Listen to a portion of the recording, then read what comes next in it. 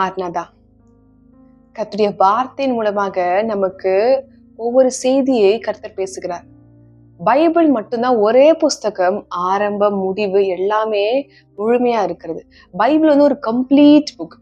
எல்லாம் சொல்லுவாங்க பைபிள் வந்து அவுடேட்டட் புக், அதுல ஒண்ணும் பெருசா இல்ல, அது பழசு, அது வெறும் ஒரு ஹிஸ்டரி புக்கு, ஹிஸ்டரிக்கு வச்சுக்கலாம், அது ஒரு ரிலீஜியஸ் புக், அதுல என்ன இருக்கு மத்த புக்ஸ் மாதிரி தானே. இல்ல, பைபிளுடைய அமைப்பு, பைபிள ஆவியானவர் வைத்த காரியம் இதெல்லாம் அவ்வளவு அழகா இருக்கும். ஃபர்ஸ்ட்ல இருந்து பாருங்களேன், பூமியின் ஆரம்பம் போட்டிருக்கும், கடைசி புஸ்தகத்துல பூமியின் முடிவு, நடுவுல சரித்திரத்துல ஒரு காரியத்தை நீங்கள் தேடணும்னா பைபிள்ல இருந்து அதோட டைமை நீங்க செக் பண்ணி பார்க்கணும். இதுல எல்லாம் காரியங்கள் தேவன் கொடுத்துருப்பார். ஒரு மனுஷனுடைய சாதாரண வாழ்க்கையில இருந்து ஒரு தேசத்தோடைய தலையெழுத்து திருப்பக்கூடிய அளவுக்கு எல்லா பயங்கரமான வார்த்தைகளும் எல்லா வல்லமையான காரியங்களும் இந்த வேத புஸ்தகத்துல தேவன் ஒழித்து மறைத்து வைத்திருக்கிறார். அதை நம்ம கேட்க கேட்க நமக்காக தேவன் வெளிப்படுத்துவார். காலத்தை குறித்த காரியம் இங்க புஸ்தகத்துல இருக்கிறது. ஒரு மனிதர்களை கொடுத்தது, நம்ம எப்படி நடந்துக்கணும், எப்படி நடந்துக்க கூடாது, என்ன செய்யணும், என்ன செய்யக்கூடாது, எப்படி பண்ணணும், இது எல்லாமே புஸ்தகத்துல இருக்கு. இது எல்லாமே தேவனுடைய புஸ்தகத்துல இருக்கு. அவர் நமக்காக எல்லாவற்றையும் செய்து கொடுப்பார். அவர் நமக்காக சர்வத்தையும் செய்து கொடுப்பார். அவர் நமக்காக மகிமையான காரியத்தை செய்து கொடுப்பார். அவரை நாம் உறுதியை பற்றி பிடிக்கணும். அவரை நாம் சார்ந்து கொண்டிருக்கணும். அவர்கிட்ட எல்லாவற்றையும் நம்ம ஒப்பு கொடுக்கிற பிள்ளைகளா இருக்கும். அப்போ அவருடைய கரத்துல நம்ம ஒப்பு கொடுக்கும்போது வாழ்க்கைக்கு என்னவோ அதை அவரே பார்த்துக் கொள்வார். அப்போ இந்த வேத புஸ்தகத்துல என்னை குறித்த வார்த்தைகள், எனக்கான தரிசனங்கள், எனக்கான தேவன் வைத்திருக்கிற சித்தம், இதெல்லாம் இங்கே தேவன் மறைத்து வைத்திருக்கிறார். நான் ஜெபிக்க அவள் சமூகத்தினுடைய நேரத்தை செலவு செய்ய தேவன் எனக்காக எல்லாவற்றையும் கொடுப்பார். தேவன் எனக்காக சகலவற்றையும் கொடுப்பார். தேவன் எனக்காக சர்வத்தையும் செய்து கொடுத்து அவரை நடத்த அவர் போதுமான ஒரு ஆண்டவர் இருக்கார். அவரை மாத்திரம் என் உறுதியை பற்றி பிடித்தால் போதும். நம்முடைய தேவன் நம்மை நடத்துவார். நம்முடைய தேவன் நமக்காக விசேஷ காரியம் செய்வார். அப்போ இந்த வேத புஸ்தகத்துல கடைசி காலத்தை குறித்த சம்பவங்கள் நிறைய சொல்லப்பட்டிருக்கிறது. கடைசி காலமா ஆண்டவர் 2000 வருஷத்துக்கு முன்பாக சொன்னார், இதோ நான் போகிறேன், உங்க கண்கள் காண நான் எப்படி போறேனோ அதே போல திரும்பி வருவேன்னு சொல்லியிருக்காரு. ஆண்டவருடைய ரகசிய வருகை. அதற்கப்புறம் பூமிக்கு ஒரு முடிவு. பூமிக்கு முடிவுனா ஆண்டவர் பூமி திரும்ப அழிச்சு போட போறதில்ல. முதல் தடவை பூமி, ஒட்டுமொத்த பூமியை தேவன் அழித்தார். எப்படி? தண்ணீரினால் அழித்தார். வானத்தின் மதகள் உடைக்கப்பட்டது, பூமியின் ஊற்றுக்கண்கள் உடைக்கப்பட்டது, பெரிய பெரிய மழையெல்லாம் தண்ணீரினால் நிரப்பப்பட்டது. நோவாவும் அவனுடைய குடும்பமாக 8 பேர் மாத்திரமே அதுல காக்கப்பட்டார்கள். மிச்சம் எல்லாருமே மரித்துதான் போனார்கள். இப்படிதான் காரியங்கள் ஆச்சு. அதற்கப்புறம் என்ன ஆகுது? தேவன் ஒரு அடையாளத்தை வானவில்ல வைக்கிறாரு. வானத்துல மழை பெய்யும் போதெல்லாம் அதனாலதான் வானவில் வருது. அது என்ன அடையாளம்? அது ஒரு உடன்படிக்கை. இனி நான் தண்ணீர்னால அந்த பூமியை அழிக்க மாட்டேன். அப்போ கடைசி காலத்துல வர அழிவு எந்த மாதிரினா, ஆண்டவர் பூமியெல்லாம் உடைச்சி அப்படிலாம் போட போறது இல்லை. இங்கே தேவன் ஒரு பூமிக்கு இதோடைய சட்ட திட்டங்களுக்கும் இதோடைய நடைமுறைகளுக்கும் ஒரு முடிவை தேவன் கட்டளை பண்ணி வைத்திருக்கிறார். இங்க ஒரு முடிவு வரப்போகிறது. அப்போ மனிதனுடைய இயல்பான காரியங்கள், ஆரம்பத்துல ஆண்டவர் பூமி எப்படி உருவாக்கினாரோ அதே ஒரு தன்மைக்கு பூமியை தேவன் கொண்டு வர போகிறார். ஆண்டோட ரொம்ப க்ளோஸா இருந்த மனிதர்கள் யார் யாருன்னு கொஞ்சம் யோசித்து பாருங்களேன். பைபிள்ல ஆண்டோட ரொம்ப நெருக்கமா நடந்த மனிதர்கள் யார் யார், ஆண்டோட வல்லமை, ஆண்டோடைய காரியத்தெல்லாம் பெற்றுக்கொண்டு ஊழியம் செய்ததா இருக்கிறோம். நீங்க என்ன கான்டெக்ட்லன்னு வச்சுக்கோங்க. ஆனா பைபிள்ல தேவனோடு நெருங்கி இருந்த மனிதர்கள் யாருன்னு கொஞ்சம் யோசிங்க. மோசே, ஓகே, ஒத்துக்கலாம். எலியா, ஓகே. வேற யாரு? மோசே, எலியா, ஈனாக்கு, ஓகே, இதெல்லாம் ஓகே. இவர்கள் எல்லாரை விட இன்னொரு மனுஷன் ரொம்ப நெருக்கமா வாழ்ந்தார். யார் தெரியுமா? ஆதாம். யோசித்து பாருங்க. இவர்களெல்லாம் கஷ்டப்பட்டு ஜெபிச்சு போராடி ஆண்டு இதை பண்ணு அதை பண்ணுன்னு ஆண்டவருக்கு ஒபே பண்ணி தான் கிட்ட கொஞ்சம் கொஞ்சமா நெருங்கினாங்க. சாக்ரிஃபைஸ் பண்ணணும், ஆண்டுக்கா காத்திருக்கணும், ஜெபிக்கணும். ஆனா ஆதாம் என்கிற ஒரு மனிதன் இருக்கிறானே, அவனுக்கு எந்த ஒரு ரெஸ்ட்ரிக்ஷனும் இல்லை. யோசித்து பாருங்களேன். பைபிள்ல ஆதாமை விட ஆண்டோட நெருக்கமா வாழ்ந்த மனிதர்கள் வேற யாருமே கிடையவே கிடையாது. அவ்வளவு பெரிய ஆண்டவரோடு அவர் எப்படி, அவர் பாருங்க, அவர் மகிமையை பார்த்தார். யோசிச்சு பாருங்க. ஆண்டவர் தம்முடைய மகிமையில குறைச்சிக்கிறார். ஏன்னா அதற்கு முன்பாக அவங்க பாவம் செய்யல. அப்போ அவங்க டைரக்ட் ஆண்டோடைய மகிமையே பார்த்திருப்பாங்க. ஆண்டோடைய மகிமையை அவர்கள் தேவனை முகமுகமாவே பார்த்திருப்பார்கள். காணக்கூடாத இறைவன், பாவம் செய்வதற்கு முன்பாக அவர்கள் ரொம்ப பரிசுத்தமா இருந்திருப்பார்கள்ல, ஒரு குறையும் இல்லாம இருந்திருக்கலாம். அப்போ உண்மையாவே தேவனுடைய மகிமை மோசேவுக்கு காட்ட மாட்டேன்னு சொன்ன அந்த முகத்தை அவர்களுக்கு காண்பித்திருப்பார்கள்ல, இருந்திருக்குல்ல. லைக் பைபிள் இப்படிதான் மென்ஷன் பண்ணல, நம்ம கொஞ்சம் யோசித்து பார்க்கலாமே, அந்த மாதிரிலாம் இருந்திருக்குல்ல. டெய்லி ஈவினிங் வராங்க பாருங்க. அதுவும் டெய்லி ஈவினிங் அதமோட கையை பிடிச்சுக்கிட்டு ஆண்டவர் தோட்டத்துல உலாவு வார. எப்படி மகிமையான தேவனுடைய கரத்தை பிரித்து அங்க உலாவி கொண்டிருக்காரு. எவ்வளவு விசேஷமான ஒரு காரியமா இருந்திருக்கும். யோசித்து பாருங்க. தேவன் இத்தனை பெரிய பெரிய காரியத்தை நம்முடைய வாழ்க்கையில செய்ய வல்லமுள்ள தேவனா இருக்கு. அவ்வளவு பெரிய தேவனை நாம் ஆராய்த்து கொண்டிருக்கோம். அப்ப அவரை விட நெருக்கமாய் வாழ்ந்தவர் வேற எவருமே இல்லை. அப்போ ஆதாம உண்டாக்கப்பட்டப்ப பூமி ஒரு தன்மையில இருந்திருக்கும் இல்ல. ஆதாம உண்டாக்கி பாவம் எல்லாம் பூமிக்கு வருவதற்கு முன்னாக பூமி ஒரு தன்மையில இருந்திருக்கும்ல. அதே தன்மையை தான் தேவன் இப்ப திரும்பி கொண்டு வர போகிறார். அதற்கு முன்பாக பூமி சபிக்கப்படல, முள்ளும் குறுக்கியும் பிறப்பிக்கல, நம்ம வியர்வை சிந்தி கஷ்டப்பட்டு வாழல, வேற எந்த ஒரு வேதனையுமே இல்லை. அப்போ சாபம் பாவம் எல்லாம் வருவதற்கு முன்பாக மனிதர்களுடைய வாழ்க்கை எப்படி இருந்ததோ, மனிதர்களுடைய காரியங்கள் எப்படி இருந்ததோ, பூமியுடைய தன்மை எப்படி இருந்ததோ, பூமியில் உள்ள மிருக ஜீவன்களா இருக்கட்டும், காலங்களா இருக்கட்டும், அவருடைய தன்மை எல்லாம் வித்தியாசமாய் வேறுபட்டு இருந்தது. எப்போ? பாவம் வருவதற்கு முன்பாக. இப்போ பாவம் வந்ததற்கு அப்புறம் காரியங்களே தலைகீழாக மாற்றப்பட்டதா இல்லையா? இப்ப ஆண்டு என்னன்னா அதெல்லாம் பழைய நிலைமைக்கு கொண்டு வர போகிறார். பழைய நிலைமைக்கு தேவன் அதெல்லாம் கொண்டு வர போகிறார். அதற்கு முன்பாக ஒரு பெரிய சம்பவம். என்ன சம்பவம் அப்படின்னா, ஒன்று அவனுடைய வருகை, இன்னொன்னு அந்தி கிறிஸ்துடைய ஆட்சி. 7 வருட அரசாட்சி வரப்போகுது. அந்தி கிறிஸ்துடைய ஆட்சி. ஒட்டுமொத்த உலகத்தையுமே ஒரு மனிதன் ஆளுகை செய்வார். அவனுடைய கரத்துல 7 வருஷம் இந்த பூமி போகும். அந்த 7 வருஷம் கொடுமையா இருக்கும். அந்த 7வது வருஷத்தின் கடைசியில ஏசப்பா தம்முடைய பரிசுத்தவான்களோடு வந்து இந்த பூமியிலே கால் வைப்பார். இங்கே அவர் ராஜாவாக இங்க அவர் வாழ்வார். அப்ப பூமியுடைய தன்மைகள், மனிதனுடைய தன்மைகள் எல்லாமே தலைகீழாக எப்படி ஆண்டவர் முதலாவது பூமியை உண்டாக்கினாரோ அந்த பழைய நிலைமைக்கு தேவன் கொண்டு வந்து அங்கே ஜனங்கள் அதுக்கப்புறம் ஒரு 1000 வருட அரசாட்சி இருக்கு. அப்ப இந்த காரியங்கள் எல்லாமே நடைபெற போகிறது. அதற்கு முன்பாக ஒரு பயங்கரமான நாள் இருக்கு. அந்த 7 வருட அரசாட்சி இருக்குல்ல, அதை குறித்துதான் தேவன் இன்றைக்கு பேசப்படுகிறார். அப்போ வசனம் சொல்லுகிறது என்னன்னா, கர்த்தருடைய நாள் பெரிதும் மகா பயங்கரமா இருக்கிறது, அதை சகிக்கிறவன் யார்? யோவேல் 2:11. கர்த்தருடைய நாள் பெரிதா இருக்குதான், கர்த்தருடைய நாள் அது பயங்கரமான ஒரு வாழ்க்கையா இருக்காதா.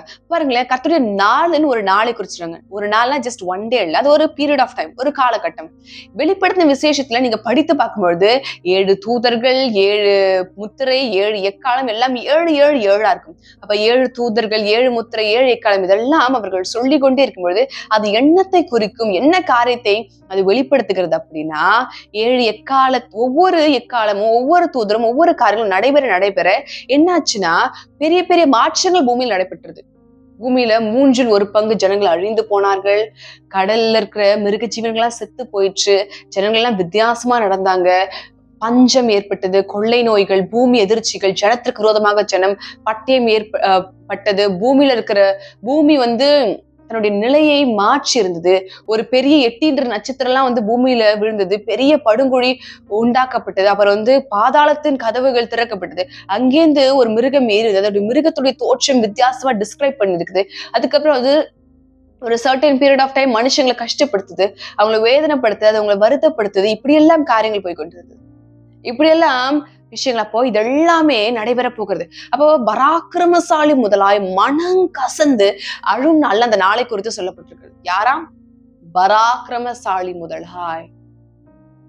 சாதாரண ஜனங்கள் இல்ல.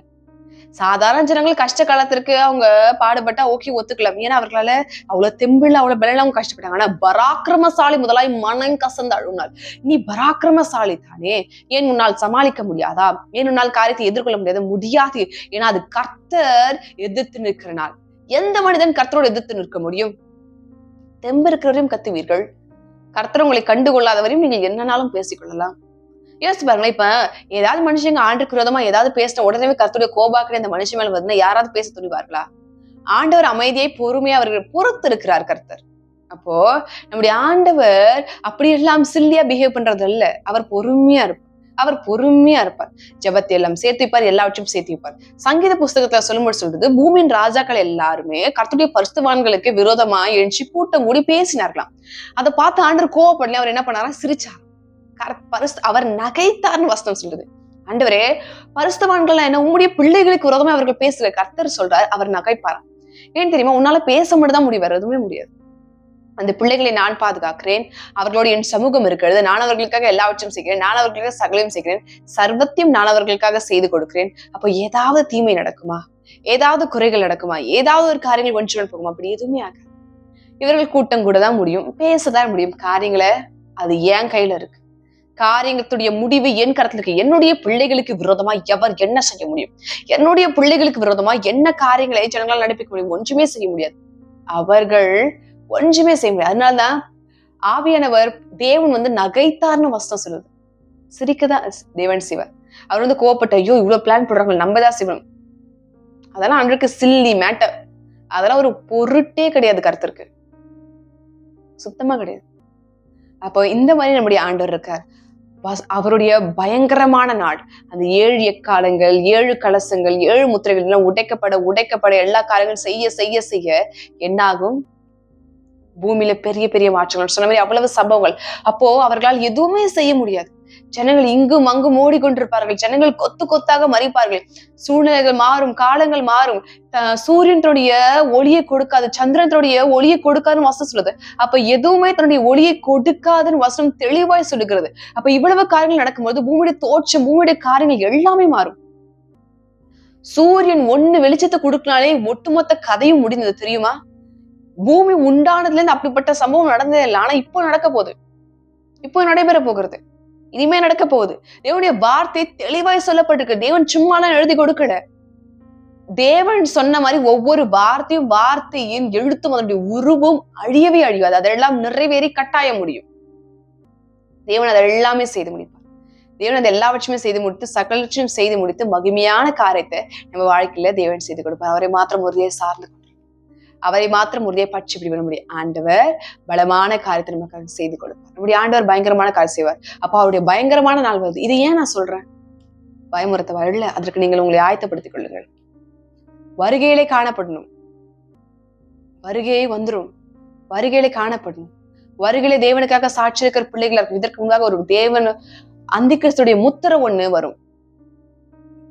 உங்களுடைய ரைட் ஹேண்ட் இல்ல உங்களுடைய நெத்தி, இது 2 இடத்துல அந்த முத்திரை போடப்படுவார்கள். உங்ககிட்ட மணி தேவையில்லை, உங்களுக்கு காசு தேவையில்லை, உங்களுக்கு எந்த ஒரு லைசன்ஸோ ப்ரூஃப்ஸோ உங்களோட ஐடென்டிட்டி எல்லாம் உங்களுடைய ஒட்டுமொத்த டீட்டெயில்ஸும் அந்த சிப்புக்குள்ள இம்ப்ளான்ட் பண்ணிடுவாங்க. அந்த சிப்பை உங்க பாடிக்குள்ள இன்சர்ட் பண்ணுவாங்க. லைக் நான் சொன்ன மாதிரி ரைட் ஹேண்ட் இல்ல உங்களுடைய ஃபோர்ஹெட், அந்த இடத்துல இன்சர்ட் பண்ணி நீங்க எங்க போனாலும் அதோட போனா போதும் உங்களுக்கு எல்லாமே கொடுக்கப்படும். இது நடக்க போகுது. இந்த காரியங்கள் வரப்போகுது. ஆல்ரெடி அது இம்ப்ளிமெண்டேஷன்ல தான் இருக்காது, இன்னும் என்ஃபோர்ஸ் பண்ணல. அதனால ஃபோர்ஸபிளா நமக்கு கொடுக்கலே தவிர அது எல்லாமே பூமியிலே நடைமுறையிலே இருக்கிறது. அதெல்லாமே செய்ய போறாங்க. அந்த காரியங்கள் எல்லாமே நடைபெற போகிறது. இதெல்லாம் செய்ய போறது.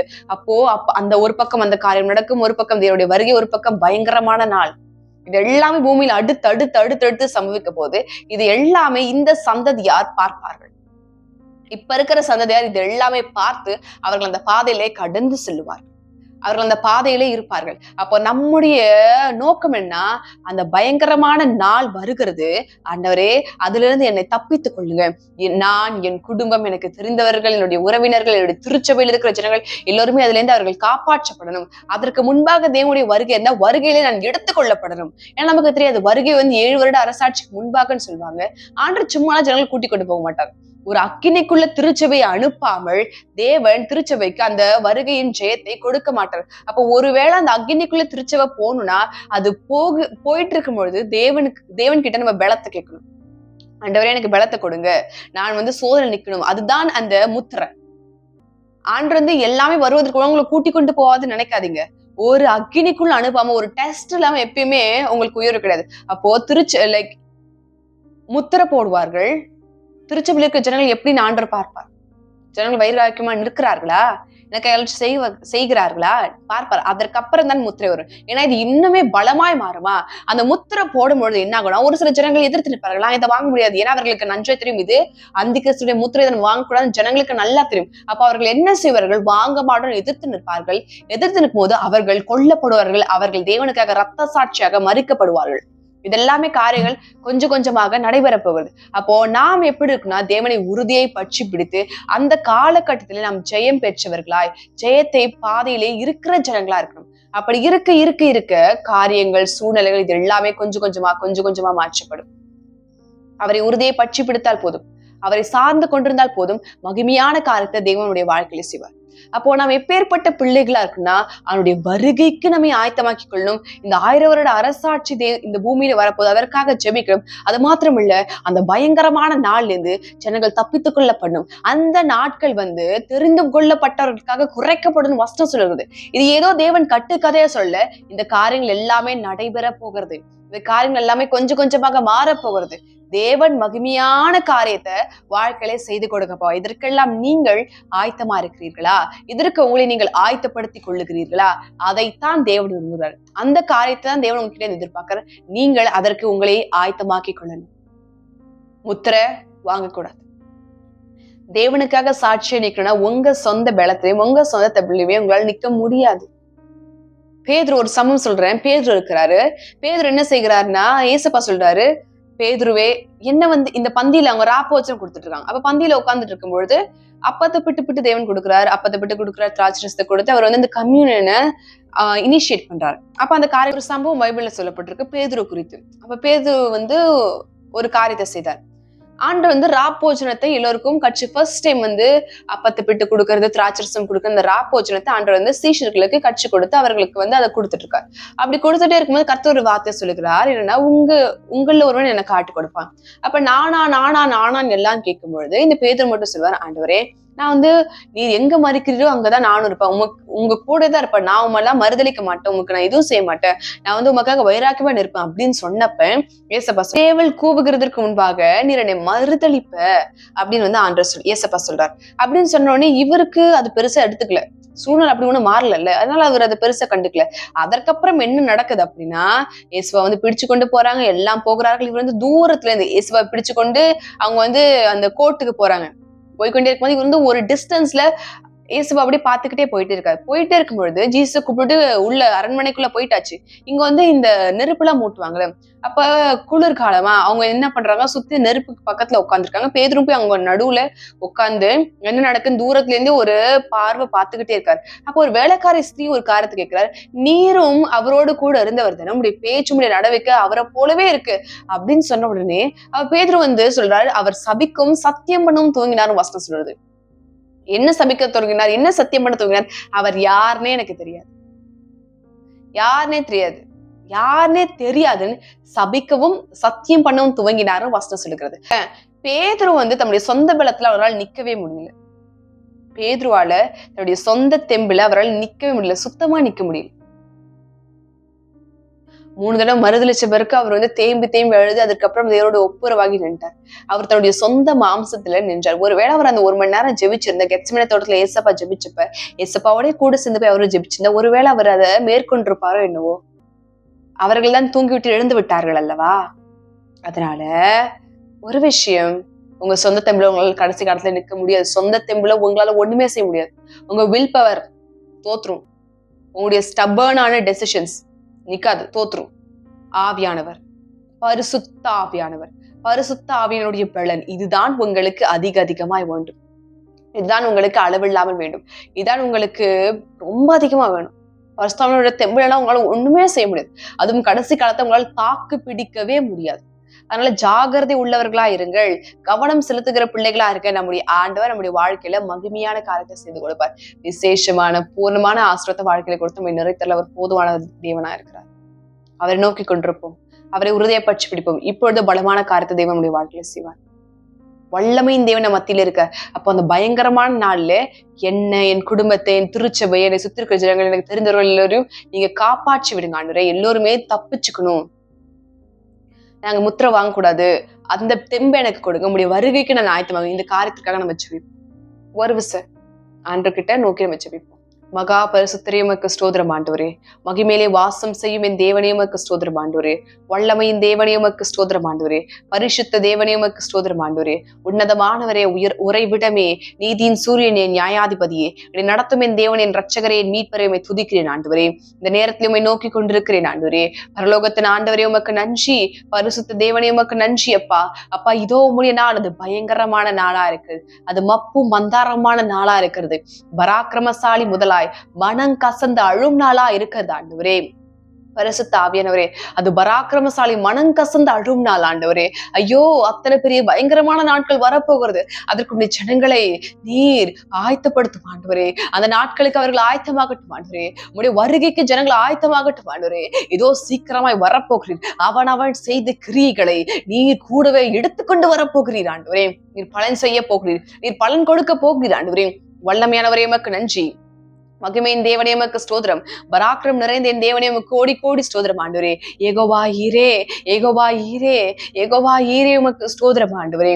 தேவாதி தேவனே, உமக்கு ஸ்தோத்திரம் ஆண்டவரே. ராஜாதி ராஜாவே, உடைய வருகைக்கு ஜனங்கள் ஆயத்தமாகட்டும் ஆண்டவரே. உடைய வருகைக்கு ஜனங்கள் ஆயத்தமாகட்டும் ஆண்டவரே. உடைய வருகையில் அவர்கள் காணப்படட்டும் ஆண்டவரே. பரிசுத்த தேவனே, உமக்கு ஸ்தோத்திரம். மகிமையின் ராஜாவே, உமக்கு ஸ்தோத்திரம். உன்னதமானவரே, உமக்கு ஸ்தோத்திரம். உறைவிடமே, உமக்கு ஸ்தோத்திரம் ஆண்டவரே. அந்த பயங்கரமான நாள்ல இருந்து உடைய பிள்ளைகளை தற்காத்து கொள்ளும் ஆண்டவரே. அப்பா, அந்திகிறிஸ்துவினுடைய முத்திரை உடைய பிள்ளைகள் வாங்காத அளவிற்கு பரிசுத்தமானவரே, அவர்கள் உள்ளத்திலே நீர் உடைய ஆவினால் நிறைத்திரளுங்க. அந்த பலன் அவர்களுக்குள்ளாக இருக்கட்டும். அந்த கிருபை அவர்களுக்குள்ளாக இருக்கட்டும். இந்த சகாயம் அவர்களுக்குள்ளாக இருக்கட்டும். அது அளவில்லாமல் இருக்கட்டும் ஆண்டவரே. தேவனே, தேவனே, அவர்களை நிரப்ப போறமைக்காக உமக்கு ஸ்தோத்திரம் ஆண்டவரே.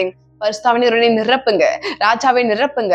வளமான காரியத்தை செய்பவரை நிரப்புங்க. வல்லமையான காரியத்தை செய்பவரை நிறைத்தரல போறமைக்காக உமக்கு கோடி கோடி ஸ்தோத்திரம் ஆண்டவரே. நீர் ஆசீர்வதிங்க சுவாமி. நீர் பலப்படுத்துங்க. உடைய பிள்ளைகள் வருகையிலே காணப்படணும். உடைய பிள்ளைகள் ஒருவராகிலும் விடப்படக்கூடாது. ஒருவராகிலும் பின்தங்க கூடாது. எல்லா பிள்ளைகளுடைய வருகைகளை காணப்படும்படியாக மாற்றுவீராக. தேவனே, இப்பொழுது ஜெயத்தை கொடுங்க. இப்பொழுது உற்சாகத்தை கொடுங்க. இப்பொழுது ஆவியினால் நிறைத்தருளுங்க சுவாமி. சர்வத்தையும் செய்து கொடுங்க ஆண்டவரே. உடைய வல்லமை அவர்கள் மீது பலமாய் இருக்க பொறுமைக்காக உமக்கு நன்றி ஐயா. நீ நிரப்புங்க. நீர் ஆசீர்வதிங்க. உடைய வருகைக்கு பிள்ளைகளை ஆயத்தப்படுத்துங்க. மகிமையான காரியத்தை கொடுங்க ஆண்டவரே. பழையவைகள் எல்லாம் ஒழிந்து போயின, சகலமும் புதிதாயின. நீர் எல்லாவற்றையும் மாற்ற போகிறேன். அதற்காக உமக்கு கோடி கோடி ஸ்தோத்திரம் ஆண்டவரே. நாமத்தினால ஜெபிக்கிறேன். ஜெபம் கேளும் ஜீவன் நல்ல பிதாவே. அமேன், அமேன், அமேன்.